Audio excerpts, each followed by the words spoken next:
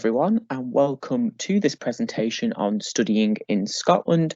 So I'm Adam Stockley and I'm Student Recruitment Coordinator at the University of the West of Scotland, or UWS as I'll be calling it throughout the presentation, just because it's a lot easier to do.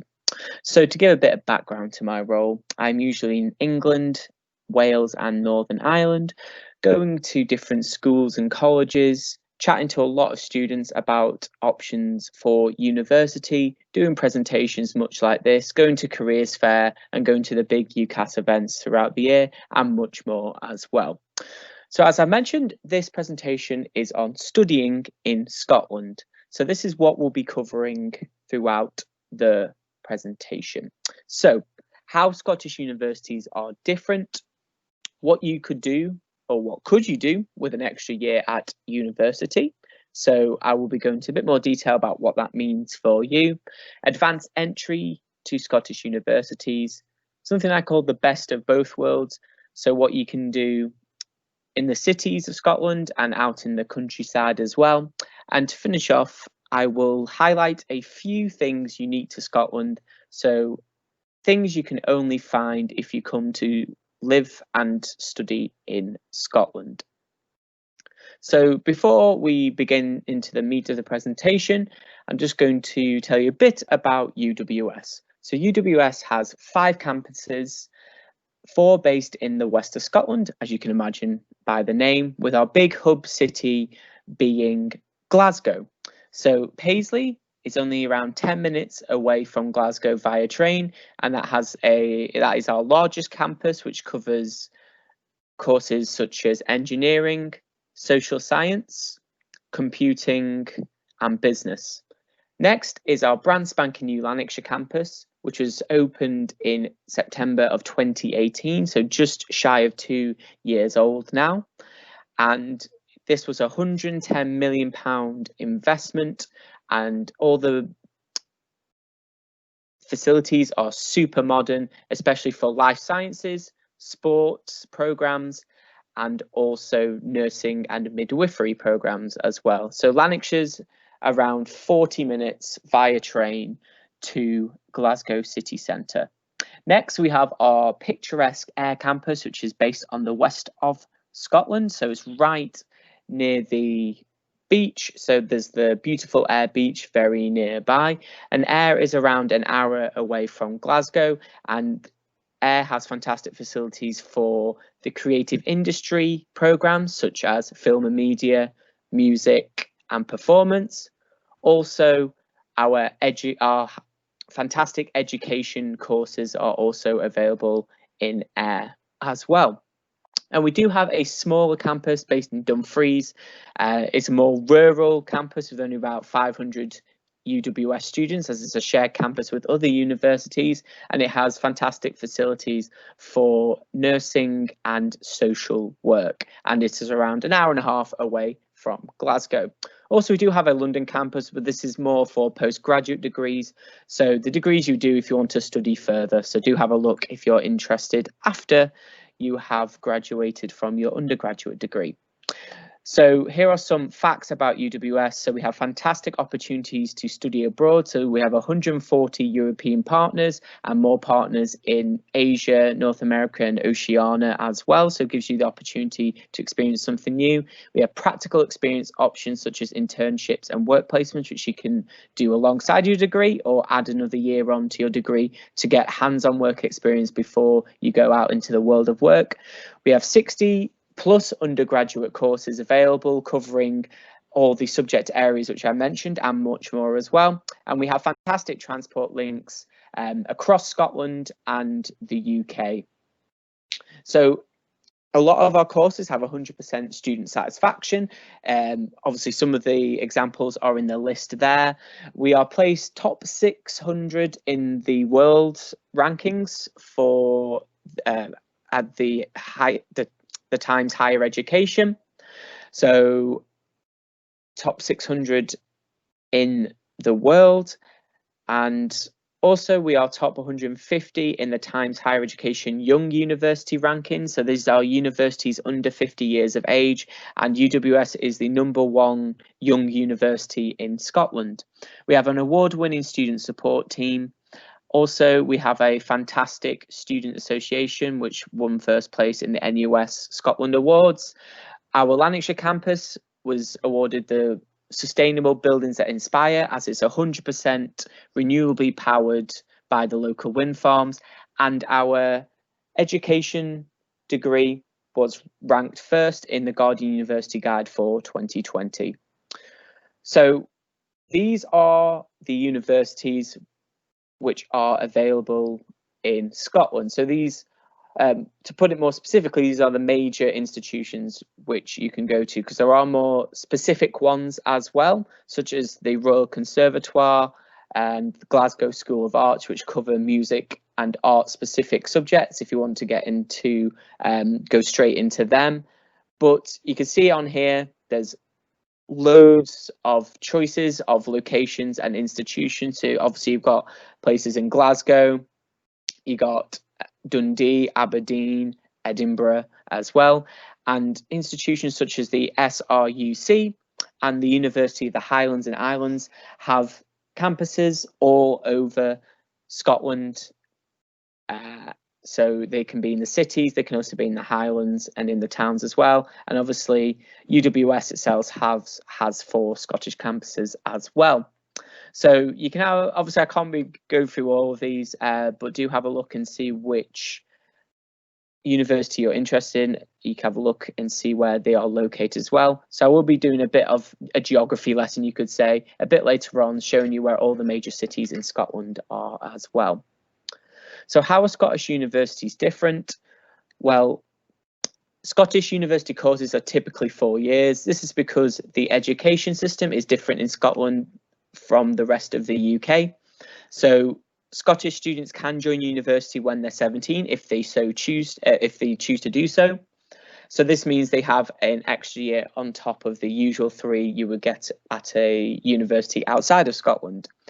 But all Scottish universities offer advanced entry onto their courses. So I have mentioned this, I'll be going into more detail about this and what that means for you.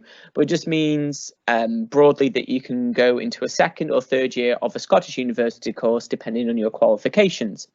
So your loan will only be applicable for 3 years tuition.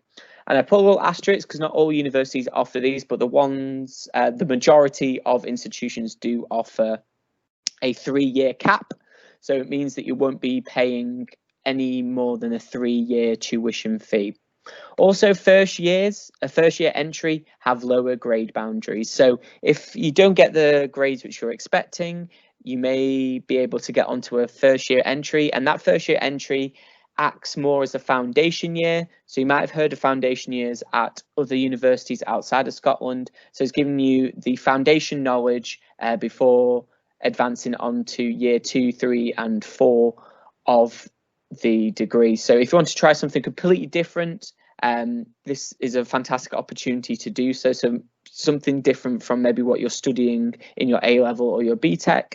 It gives you a good opportunity to go into that first year and have that extra year at university as well.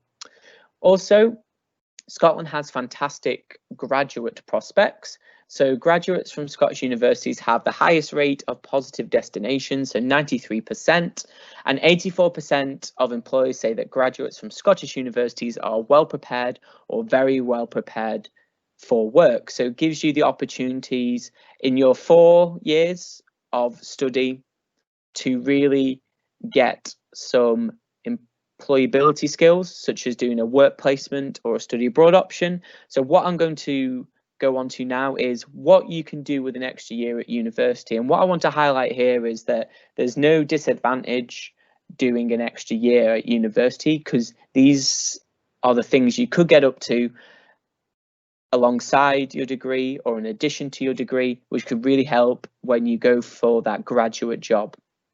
So the first thing you could do is an internship or work placement.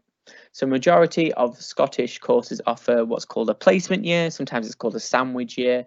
Essentially, this adds an extra year onto your study, but you gain a full year's work placement at a company that's in your field. So from that, you will gain first-hand experience in your field.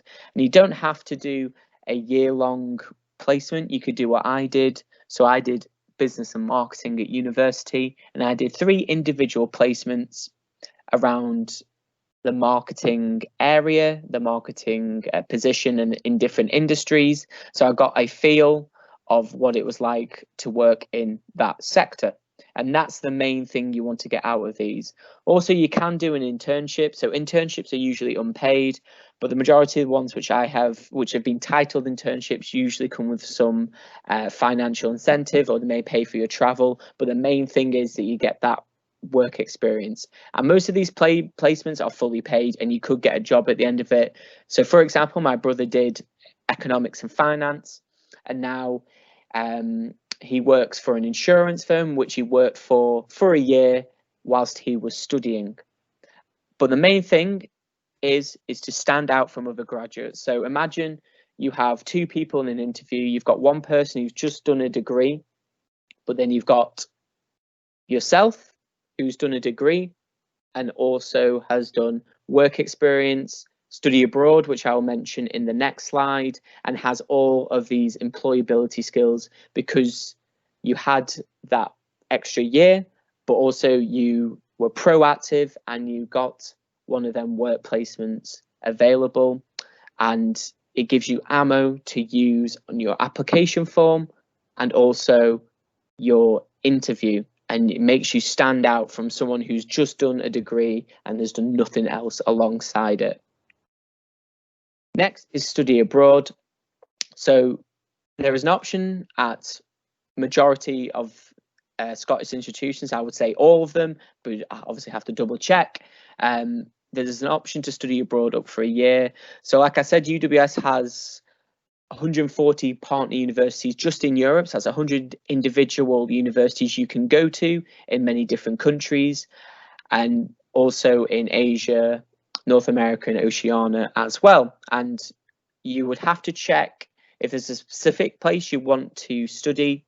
You would have to check with the university if that is available, and depending on where you go, it can cost differently. Because if you go to America, for example, you need things like health insurance, and the accommodation is a lot more expensive. Whereas in Europe, you usually get a partnership with Erasmus. So have a look, have a bit of a research and see where you want to go. But majority of students who want to go to their desired country are able to do that. So what does a study abroad give you? It gives you experience of a different culture, a different way of teaching, and also it's a chance to work on your language skills if you go to a country where English is not the first language. And in many institutions, such as UWS, which doesn't offer a straight language degree, you can actually learn a language alongside your degree depending on your timetable. So that gives you the opportunity to learn that second language skill, which companies are really looking for. And studies show that graduates are more employable after studying abroad. This is because you've got the confidence to go and study and live in a different country, learning that second language. And as many companies are more internationally focused, you may need to have knowledge of the international market, or you may need to go to some international stakeholders and, go there for work. So it gives you the confidence if you've already done it at uni, and again, gives you a lot more ammo to use for your application form and interview.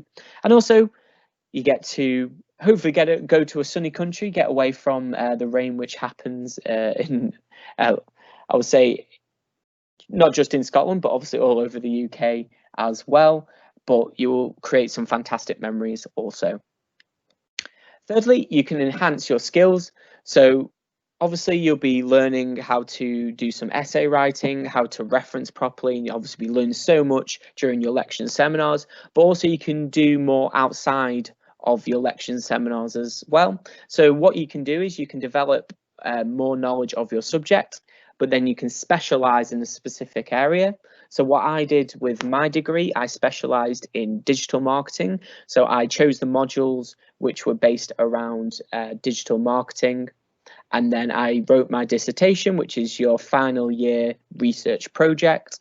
And you can actually specialise in an area. So I specialised in crowdfunding, which is a form of digital fundraising. I'm sure you've heard of Kickstarter and GoFundMe and things like that. So after I did that, when I went for my first role, which was in social media and digital marketing, I could say I've specialised my degree and I focus on a specific area which is relevant to the job role which you're going for. So you've got opportunity to do that.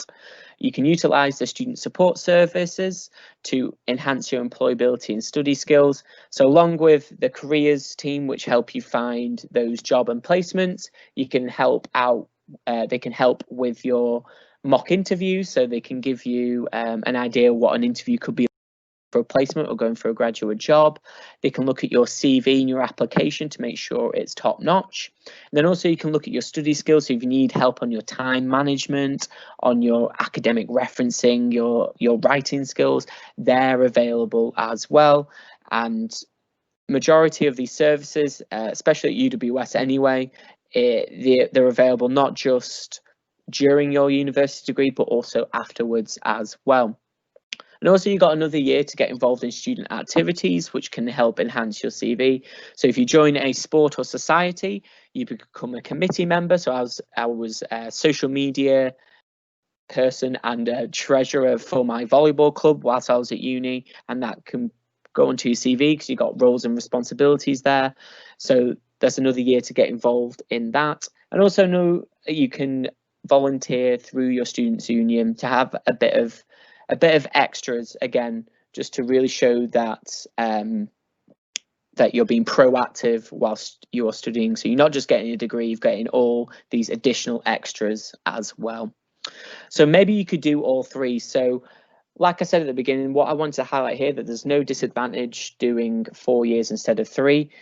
In many ways, it gives you an advantage because you have more time to enhance your employability, find out really what you want to do after university, and then specialize your subject around it. And then you have time to do a placement, a study abroad opportunity, and overall you'll get a fantastic degree, but then you also get all these additional extras, such as the employability and from your work placements, your study abroad, and then also your study skills and employability skills, which you can go to whilst you're at university.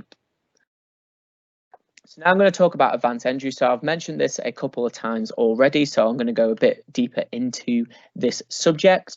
So advanced entry is essentially you can jump into a year 2 or year 3 entry depending on what your qualifications are. So if you look at a typical UWS course structure is 4 years, for example, and then you have your year 1 entry level requirements. So I'm just using A level as an example, but BTECs and college degrees are obviously accepted at Scottish universities as well.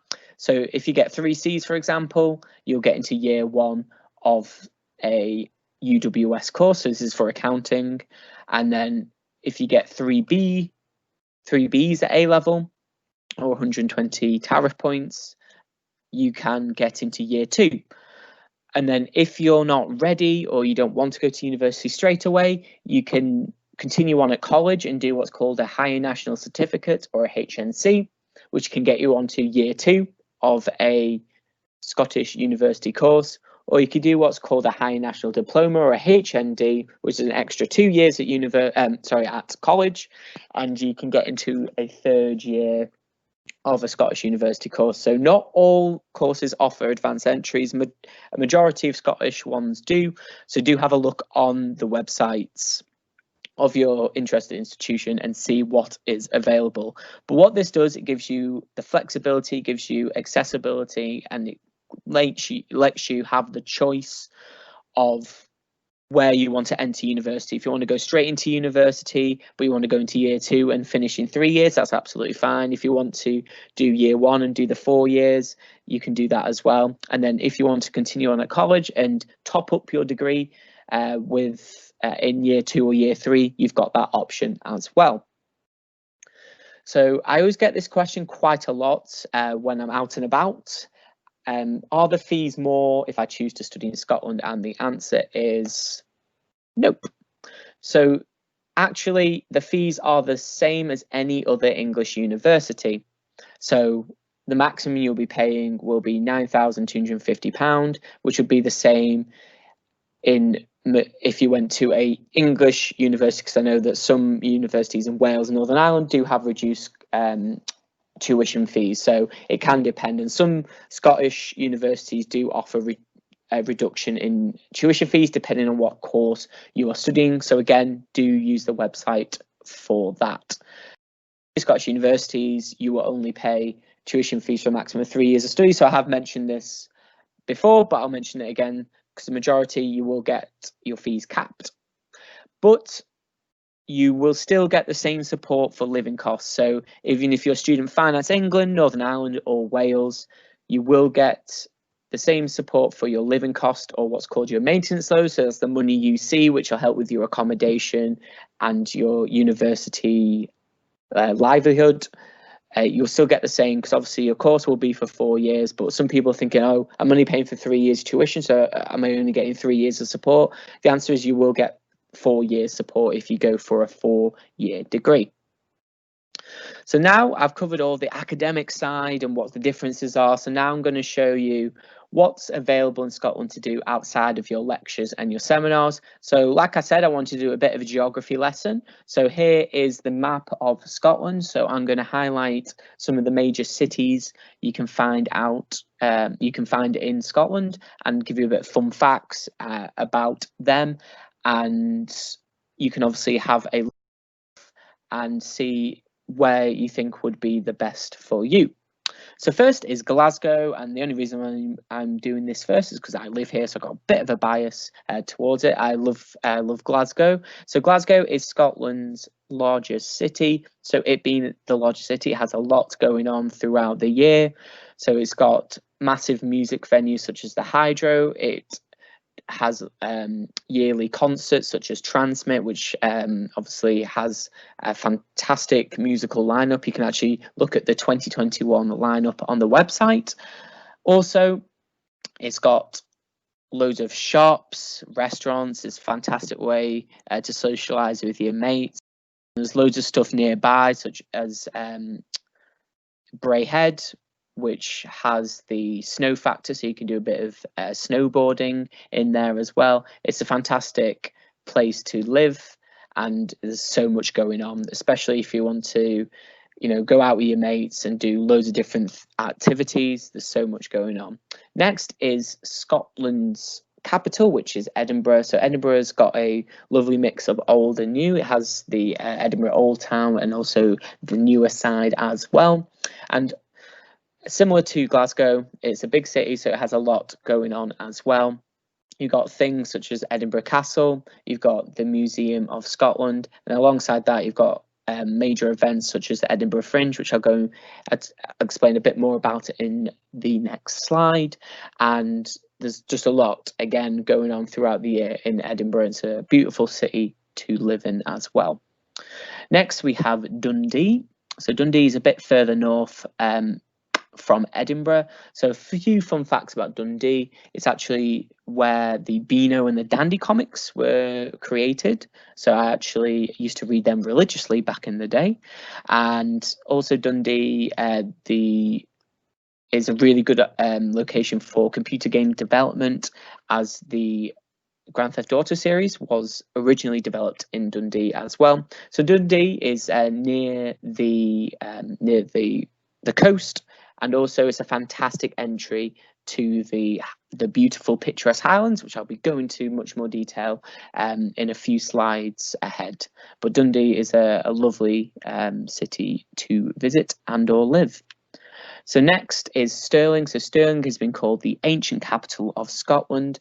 So it's got things such as Stirling Castle, and it's also got the William Wallace Memorial. So if you've watched Braveheart, you've probably heard of William Wallace, the 13th century hero. There's a monument which is which is there in Stirling. Stirling is a much smaller city from somewhere like Glasgow and Edinburgh, with around a population of 90,000 people, but around 20% are students, so it's a very student-focused city. Next, we have Inverness. So Inverness is all the way up in north of the Highlands. So as you can imagine, it's surrounded by the beautiful lochs, which are the thousands of lakes which are scattered around Scotland. So there's loads of opportunity to do things such as paddleboarding, you can do jet skiing, you can do wakeboarding, you can do a bit of fly fishing like that person's doing in the picture. Obviously opportunities to camp, to hike. If you want a more of a rural experience but still has a bit of the city life, Inverness will be for you, but do be aware that it is quite far away from the major cities such as Edinburgh and Glasgow. But if you're more of an adventurous person, outdoorsy person, it's definitely a fantastic place to visit. And obviously, if you want to study there, the University of the Highlands and Islands has a campus based in Inverness. And lastly is Aberdeen. So this is on the east coast of Scotland, so a bit further up from Dundee. So it's right near the beaches and obviously the seaside as well. And similar to Dundee, it has a good entry point to the beautiful Highlands, as it's very near the national parks there. It has lots of cultural things you can do, such as different castles and museums available in Aberdeen. So next I'm going to tell you about 5 things you can get up to whilst you're in the cities, which I mentioned before. So I mentioned the Edinburgh Fringe, so this is every year, and it's a big event of street performers, comedy performances, musical performances. It's a really fantastic few days in the summer as well, so usually the sun is shining around that time. I managed to go back in 2019 and I loved it. Next, you've got the Glasgow Mural Trail, so just underneath the street performer there. So the murals are quite popular in the bigger cities. So in Glasgow, for example, there's around 15 different murals you can go to. So you can see there's one there, Hail in a Taxi. There's another one, which is famous Scottish comedian, which is Billy Connolly.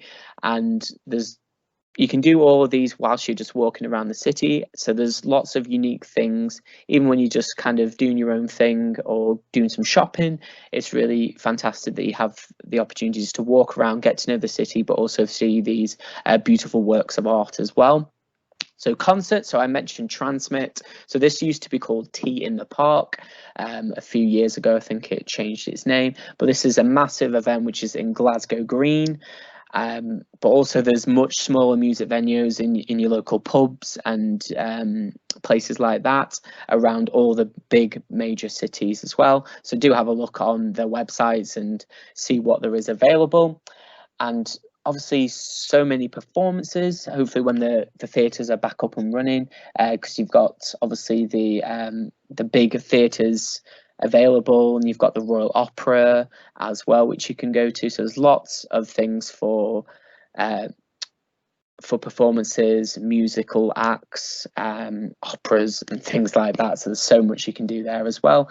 Lastly, you can do a bit of museums. If you're feeling a bit more cultural, you can go to the V&A Museum in Dundee. So that's one of the major museums in Scotland. So it's actually the sister museum to the V&A in London. Also, you've got things like the Kelvingrove Art and Design Museum in Glasgow, and also you've got the Museum of Scotland in Edinburgh, along many more you can go to as well. And this is just scratching the surface of what you can get up to in all of these cities. Next, if you're feeling adventurous, or maybe you're not adventurous but you maybe want to try something new, Scotland is the perfect pathway to do that. And this is coming from someone who moved to Scotland, didn't really like hiking, didn't really like going camping, but tried them again and went to some beautiful locations. And now I've got the hiking bug and I love trying to do a bit of hiking every weekend. So you could go to one of the many lochs. So this is a picture of me at Loch Lomond, which is only half an hour away from Glasgow. So the good thing about these cities is that they're very, very close to the countryside. So if you want to clear your head, go with your mates to do a bit of outdoor activities, it is not far at all via train, via car to get to these lovely places. Underneath, you've got the Isle of Skye, which is considered one of the most picturesque places to visit in the UK. So this is a bit further afield, but you would have to go by car, but there are trips which are usually organised, so do have a look out on them, because there's many of these places, much like the Isle of Skye, which are fantastic to visit. Next, you can do a bit of Munro bagging. So a bit of context to Munro bagging. So in 1892, a chap called Hugh Munro essentially listed 282 peaks, which are over 3,000 feet in height. So when you bag a Munro, you basically cross it off the list. So as there being 282, it's kind of like a little competition, see which ones you can do how many you can do in a day, for example. So there's one here, which is my favorite Munro, which I've done. I've only done 5 at the moment, so nowhere near the 282, but it's a fantastic way just to kind of clear your head, get some exercise and see some amazing landscapes. As you can see here, so this is where I was above the clouds, and you can see below that it was kind of like a snowy landscape, even though it was all made out of clouds. It was really breathtaking, so you'll have the opportunity to do that if you come to Scotland. And if you go all the way back to the map there, you can see right in the top right hand corner near the picture of Edinburgh, that's called the Shetland and Orkney Islands. So again, if you want something a bit out of the ordinary, a bit further away from civilization, you can actually take a trip to the Shetland and Orkney Islands, which are very, very picturesque. I've got the Isle of Arran, and what's interesting about the Isle of Arran, which is based on the west coast of Scotland, you can actually book your train and your ferry ticket all in the same transaction, and you can do it within a day as well. And the Isle of Arran is seen as like a mini Scotland, just based on a single island. It has beautiful beaches available as well. So again, just scratching the surface of what you can do for your outdoor activities. Like I said, you can do things hiking, camping, kayaking, mountaineering, abseiling. You can do pretty much all outdoor activities you can imagine in Scotland. And finally, just to finish things off, I'm going to show you a few things unique to Scotland. So these are the things you can only find in Scotland if you come and live or study up here. So firstly is a ceilidh. So a ceilidh is a traditional Gaelic dance, usually done at birthday parties and weddings or any social event which which is cause of celebration. So fun fact, Scottish students actually learn this dance throughout their school life. I actually got to be a part of a ceilidh back in 2014 when I came to Glasgow, and I was terrible, but it was so much fun, and I hope you get to experience that. Next, you got the Highland Games. So this is done in Dunoon in the Highlands, as you can imagine by the name, and it's very, very different from your usual kind of sporting events, you could say. And this person here has a huge caber, which is a massive log, and he has to see how far he can throw it. And you've got the sheaf toss, which is the basically big bales of hay, and you've got things like the Scottish hammer throw alongside many other events. So if you want something a bit different, a bit out there, you can go and visit Dunoon and go to the Highland Games. Next, you've got the Scottish food. So I've got a lovely close-up there of a deep-fried Mars bar, and you might have heard that the Scots, they do like some of their food deep-fried, so you can get something called a sausage supper, which is a deep-fried sausage with chips and things like that. But alongside, obviously, more of the, extravagant deep-fried food, you do have some of the best fish you could taste, as all the fisheries are based around Scotland, around the coast of Scotland. So you'll have some of the best fish you've ever tasted. Got things like a Scottish breakfast, which has a square sausage with oat cakes, which are different from the English counterparts. Also, you've got things like a macaroni pie, Empire biscuits. Obviously, Iron Brew is much more popular up here as well. And there is just so much choice in terms of what food is available as well, Scottish or non-Scottish, in terms of the restaurants which are available, and lots of different options for everyone who is hungry. And lastly, we've got Hogmanay, or Hogmanay, I can never pronounce that 100% correct. So this translates to the last day of the year, so New Year's Eve. So alongside the big celebrations, the fireworks, etc., you have a lot of traditional events which happen depending on where you're living in Scotland. So one is called stepping in, or first foot in, actually, where the first person to go into your flat or your house in the new year gives you good luck for the year. And there's lots of gift giving as well, and different traditions around all Scotland. So these things are really unique to Scotland, and only the things that you can experience if you do come and study up here. So to conclude, studying in Scotland provides you with a high quality teaching with fantastic graduate prospects, the option of an extra year at university, which provides you with the opportunities to study abroad and enhance your employability, which will be fantastic for you to stand out from other graduates in your field. And also you get the best of both worlds with the vibrant cities and picturesque landscapes all on your doorstep. So I would recommend going to an open day. So obviously I've got UWS's open day on here at the moment. So you can register using the QR code there. So the QR reader, you can usually get them pre-installed on your phone. If not, you can download an app on the App Store. But going to any virtual open, obviously due to the current situation, all open days will be virtual. So do have a look on the institutes you're interested in, have a look and see and ask what courses are available. If you need more information about funding, accommodation, about what's life like as a student. And when you do have time, do try and come to Scotland and come and visit, go to Glasgow, to Edinburgh, go to Stirling, and see what the surrounding areas is like, because you may be spending up to 4 years living in the cities or wherever you end up. So it's good to have a feel of what the surrounding area is like outside of the university.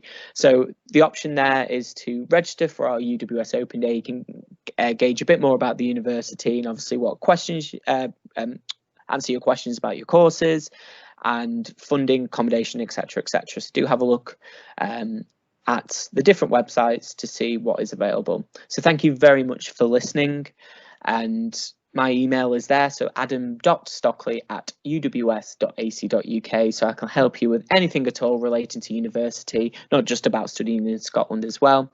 And also, if you are interested, we do have a personalised digital prospectus you can download, so you can learn more about UWS, obviously, if you want to as well.